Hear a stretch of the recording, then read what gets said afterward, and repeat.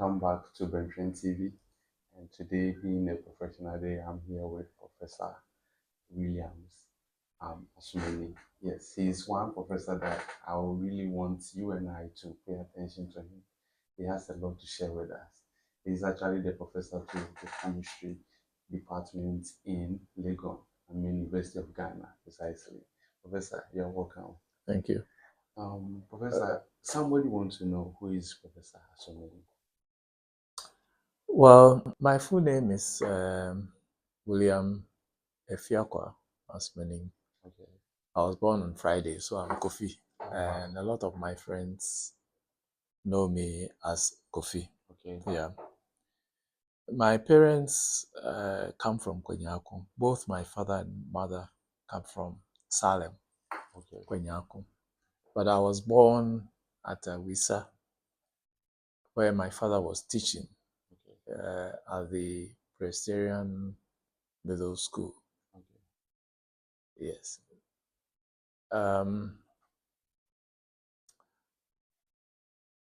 By the age 6, he was then at a Cropon Training College. So I started my primary education at a Cropon at the practice school. Okay. This was a primary school for the training college. Okay. It's called practice school because that's where the teachers were doing their teaching practice at that time. It was a good school. So when he was leaving in 1953, okay, and he encouraged me to stay on at the practice school because it was a good school, and I stayed there with some of his friends till 1955, okay, when I decided to at least spend some time with him. By that time, he had come to Impraiso on the Goil Ridge. Yeah. So I spent a year with him, okay, and then went back to Ekropong to do the 1956 academic year. By that time, I was in the middle school, and the middle school was then called Demonstration Middle School.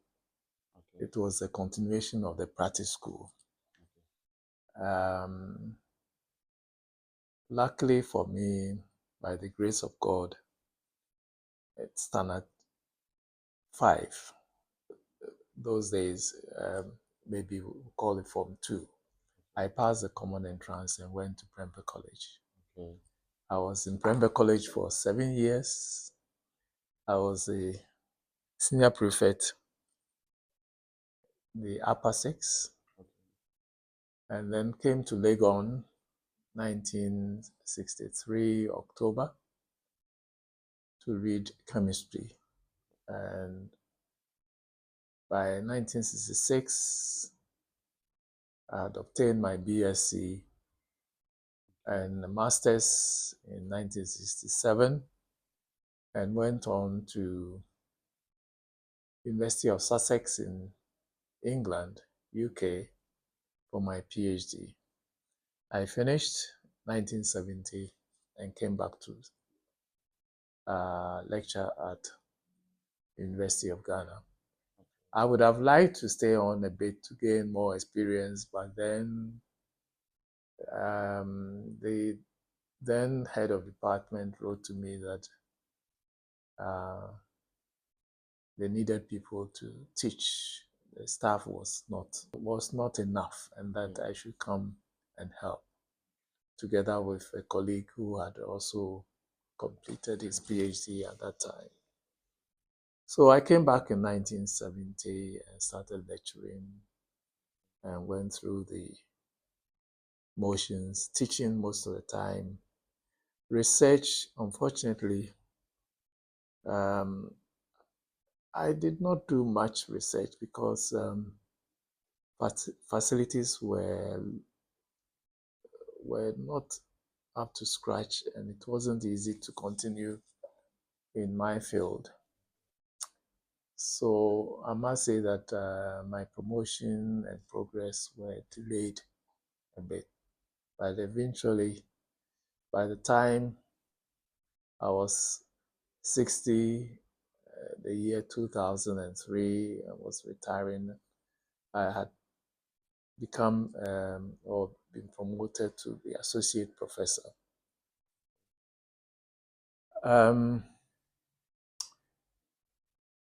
Between 1970 and 2003, I held positions like head of Department of Chemistry, Dean of Faculty of Science. I was also senior tutor of Legon Hall, a hall of residence, and I became hall master in the year 1999. So, reaching the age 60, the university will give you a contract appointment, and if you're a professor, it's for 10 years. So from 2003 to 2013, I was on contract appointment.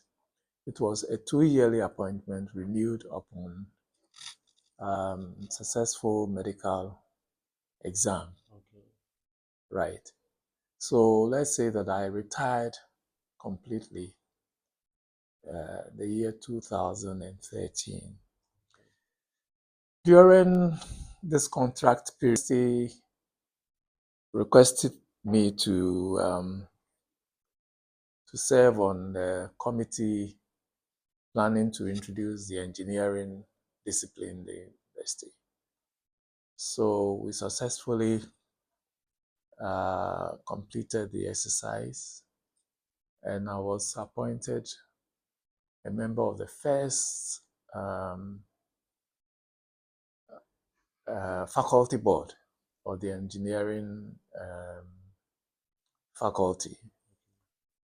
This was established between the year 2013 and the year 2003 and 2013. I don't remember the exact year.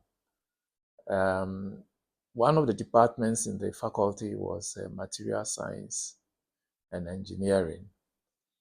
I was tasked with the responsibility of heading that department. So I was appointed acting head of that department.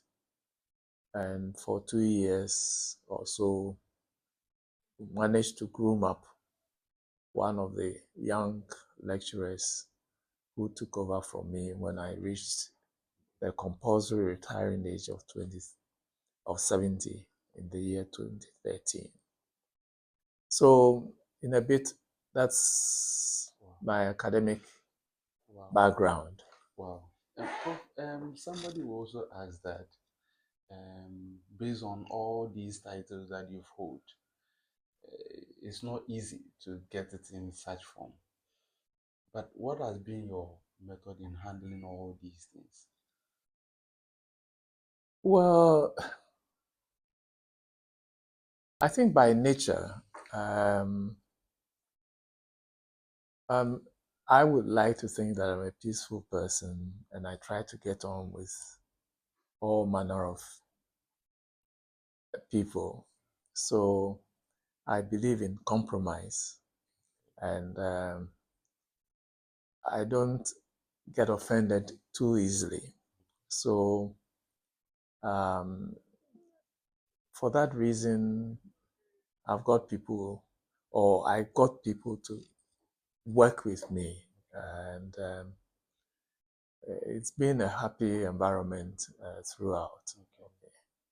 So, let's say from your beginning as a child, what are some of the main struggles you also face? We learn everybody has his own personal problems. Right. I don't know whether I should go into this, but at the age 6, my father and mother got separated.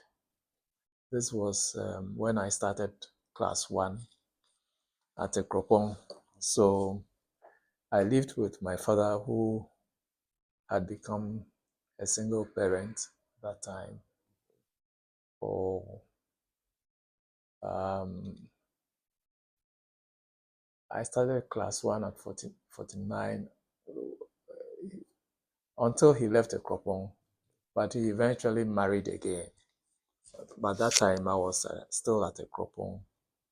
So being staying with father, no mother in the house, and so on, you could imagine at that young age, food, it wasn't a problem. We had a caterer and I had to go for the food to the house. But then until my father came home and ate, I wouldn't be able to eat. And sometimes I felt very hungry. Okay. I remember that very well.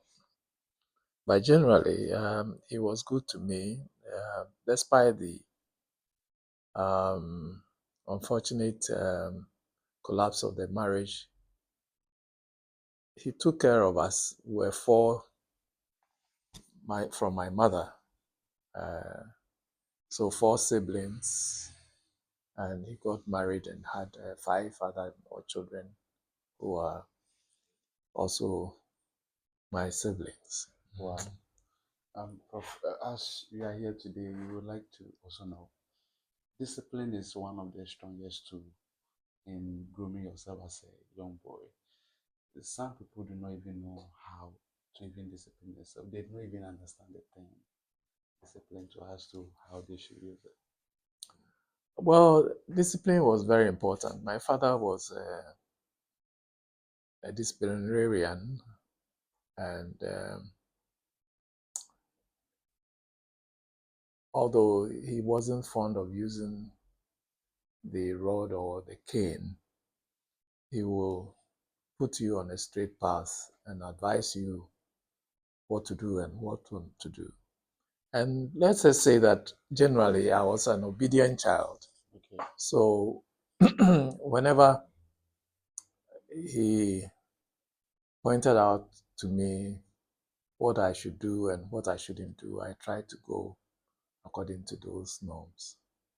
Yes. So generally, I would say that there was a fair amount of self-discipline in me. Indeed, when he left me in the Kropong and so on, my ambition was to go to the secondary school as early as possible, go through school without any um, disciplinary action against me. I believe that's how I was made a senior prefect in my final year. And I don't remember breaking any school rule. There were so many rules, and I tried to go by them. Time for siesta, time to go to classroom for evening studies, time to sleep, and so on. Of course, some students will go against some of these. Some may run to town to watch cinema and so on. I try to avoid this because it right at the young age, it was my aim to go through and settle and work without any problem because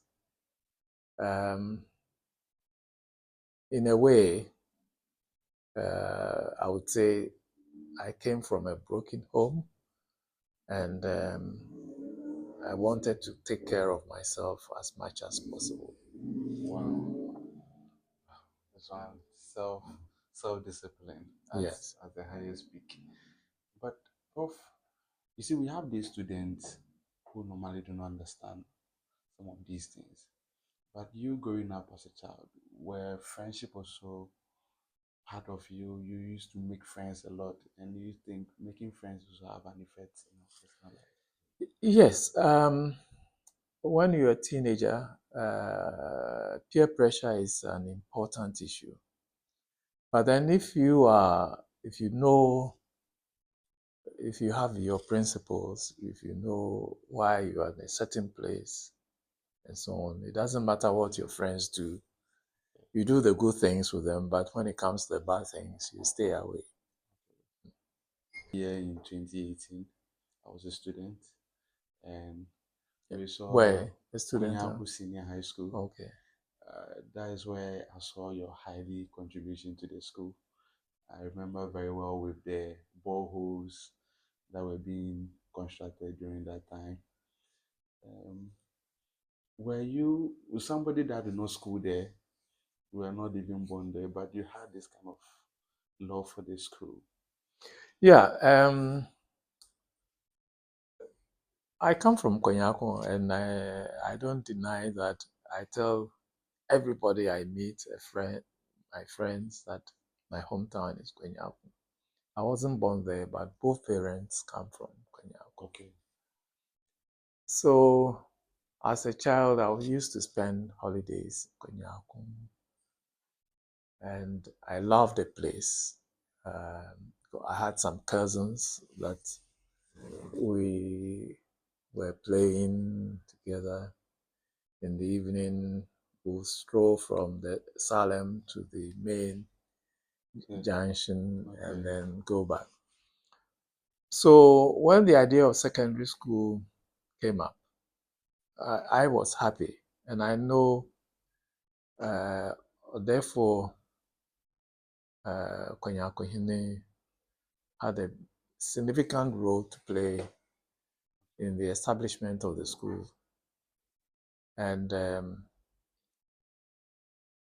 I think he is the one who got me onto the board. I was representing the traditional leaders on the board, and I got onto the board the year 2003 and served up to 2006. Then the chairman retired, and I was appointed or was made the chairman. I think the members of the board have to nominate someone as chairman. And the chairmanship is usually for a period of 3 years, but then it can be renewed for another. Okay. Yeah. So I had my two, how do I put it? Two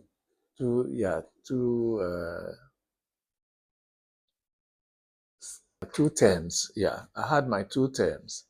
But then after the second term, there was, I don't know what the problem was. I had to continue to the year 2017. So from year 2007 to 2017, that's a period of 10 years.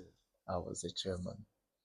And during that period too, I was lucky enough to be appointed chairman of Goil, chairman of the Goil board of directors. And I must say that Professor Mills was got me onto this.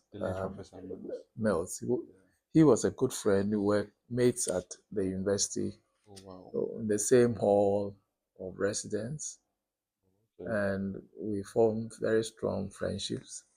In fact, we went to UK at the same time to do our PhDs and so on.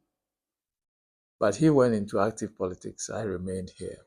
And when he became president, he did not forget me and gave me a place at Goil. So this was, when was the Professor Mills? 2009. Yeah. So 2009, I was chairman. And I felt whatever way I can help the school with some of the resources of Goil, I'll do so. So first of all, I got Goil to reconstruct the road from the junction, the Borgiasi Road, the junction to the school. At that time, we're entering the school.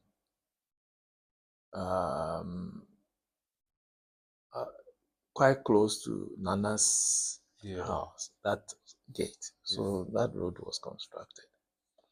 And then the school was facing huge water bills. Yeah. So the idea of constructing boreholes was mooted. And I got Goil to fund construction of boreholes. Unfortunately, not much water was harvested from these boreholes, and in no time they dried up. But that's what I got Goil to do. Lately, I managed to get Goil to fund supply of school furniture, and also a bank. Bank. No, Okay. Stanbic Bank. Yeah, to supply dining hall tables and forms. Okay. Yeah. In fact, they are in the current kitchen or area, waiting for maybe a new dining hall so that all of them can be put out. Wow. Yeah. So, Prof, then you've really contributed much to Kwanyako Senior High School, of which people do not know, from boreholes, school furnitures, getting them off, how do you call it? In fact, we also learned the National Science and Maths quiz. We had a contribution in grooming them. Yes and no.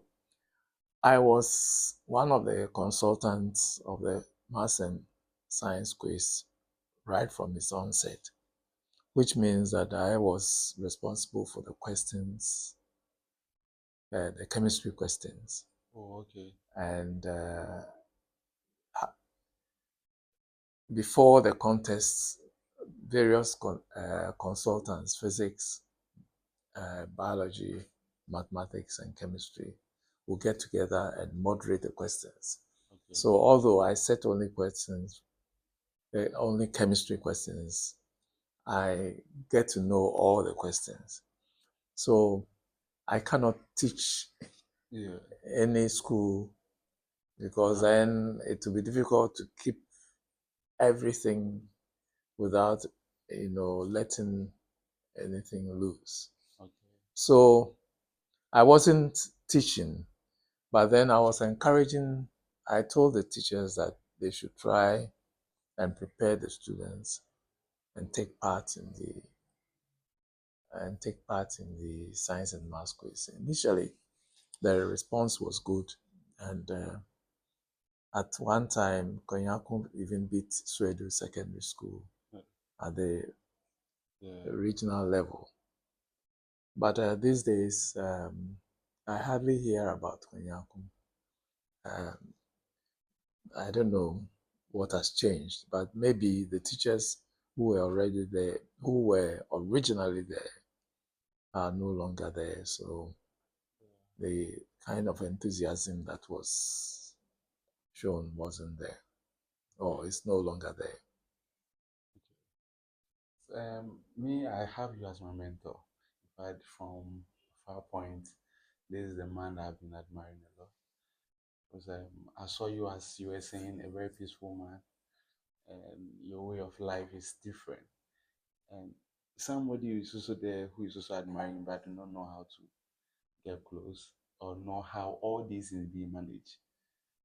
How do you manage work and then family? Oh, there's no school for, there's no place for learning how to manage one's life. And I think all that one needs is common sense. Okay. You start life, you go through stages of life, as a student, you try to work hard and get your qualification. You get employed. You go by your employer's rules and regulation. You get married and start bringing up children. And it's a natural process. Okay. And you have to set good example to your own children so that, they don't embarrass you. And that has been my maxim, that I will not do anything that would make them feel embarrassed, and I will manage them in such a way that they will not embarrass me. Wow. That's it. Wow. What has been your proudest moment in your whole life that you cannot forget about it? Oh,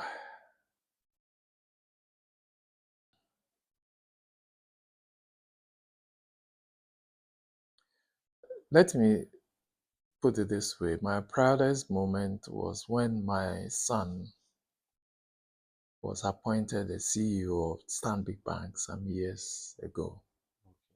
I felt it was by God's grace, and I share the success of my son, although he had worked hard to be able to achieve that height. I think I share the glory with him.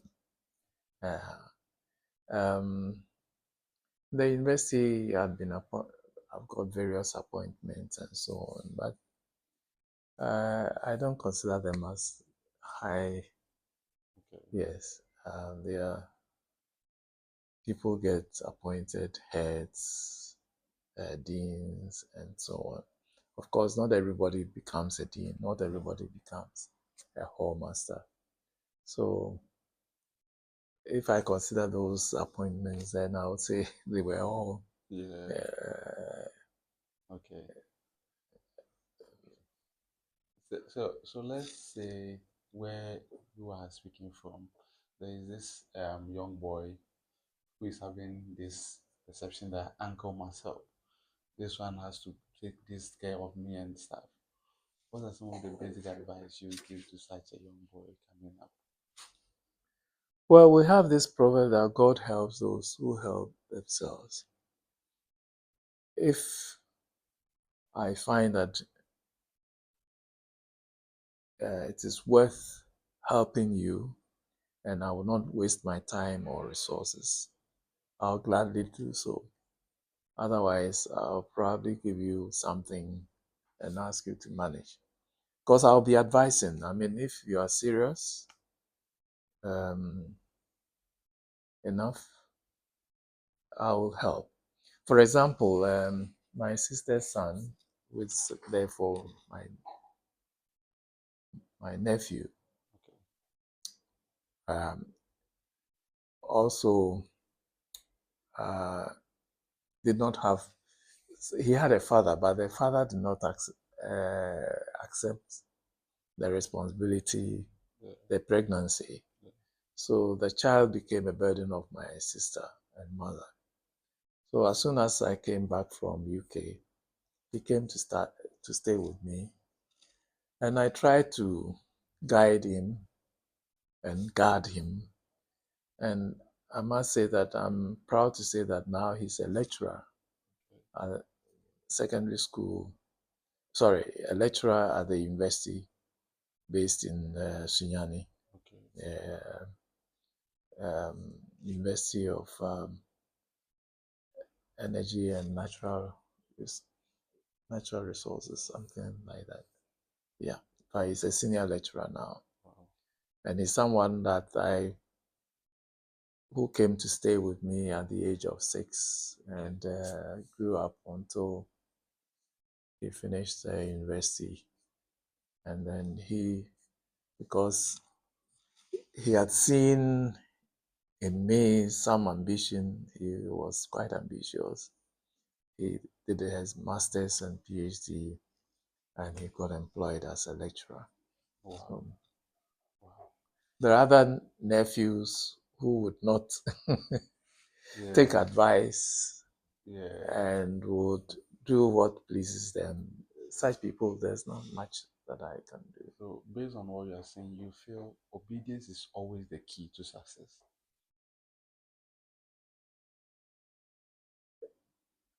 Yes, but I'll qualify it not blind obedience. I mean, first of all, as an individual, you have to have your thinking cap. Okay. Yes. So if you are being misdirected, if there's an elderly person and he's misdirecting you, you would not obey just because you have to obey him because he's an elderly person. Yeah. But someone who listens to good advice. Okay. Yes. Someone who listens and is prepared to work hard.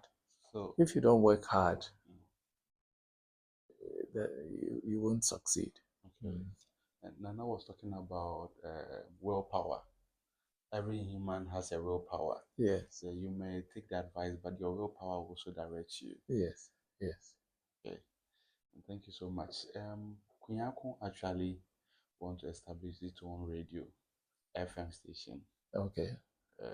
Coming Tuesday, we want to fully be on air so that this Kwanyako will also transit and go higher. So that is what we are trying to do, and we are so much happy to have some of you before as the leaders of the nation serving us in its best form. We must say, everybody, those who do not know you must know that this man here I'm here with is one get free key figure to the Kwanyako mine, and then everybody must also be proud to celebrate him anywhere you meet him. Prof, any advice for Kwanyako boys? Those in Salam, those now, it comes out with, it goes with the red and the drugs and stuff. Some are also being misdirected, as you were saying. Any advice for them? Yes. I used to come to Kwanyako through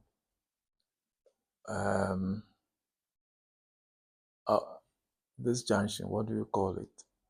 Akoti Junction. Through those towns up to Kwanyako. And in the night, you see, there's something peculiar about Kwanyako. You see a lot of young boys and girls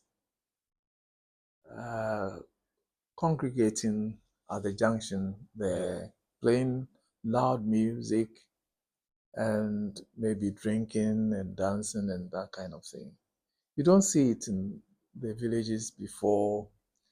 I go through Akramang and Gomwa,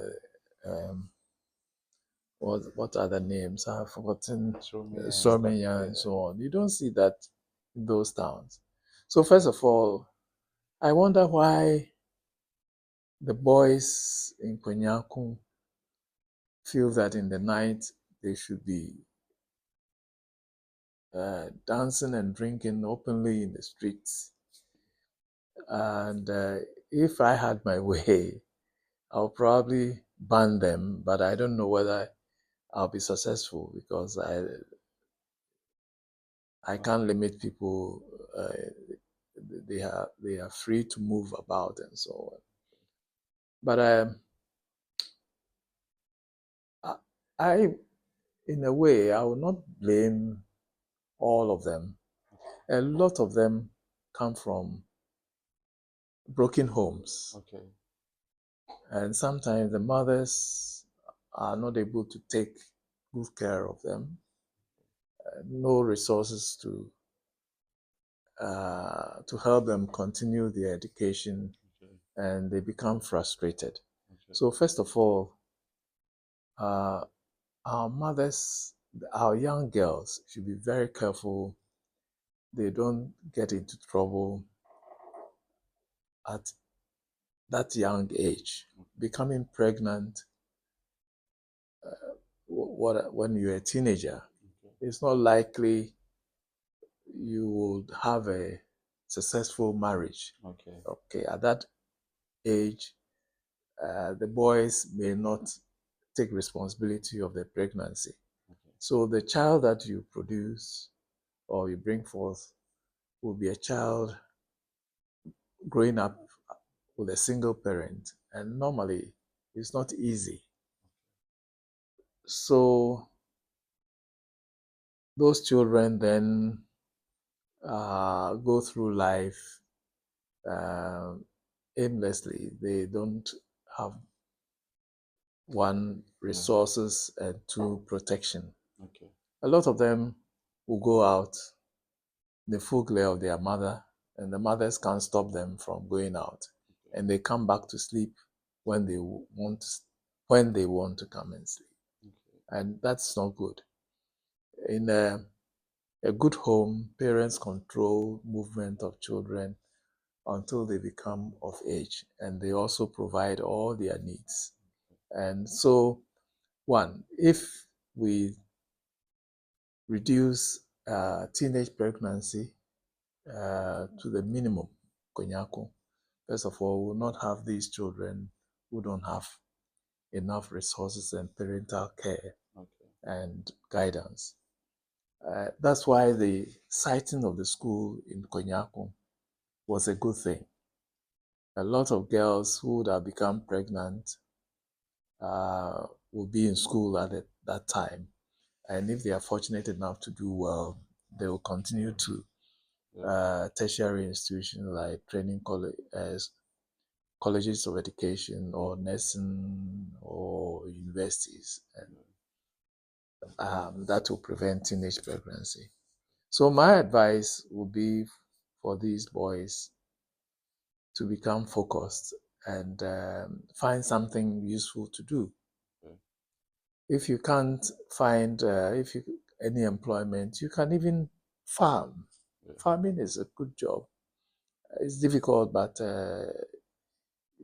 you earn something to take care of you instead of roaming about in the streets and so on. Yeah. Wow. Thank you so much.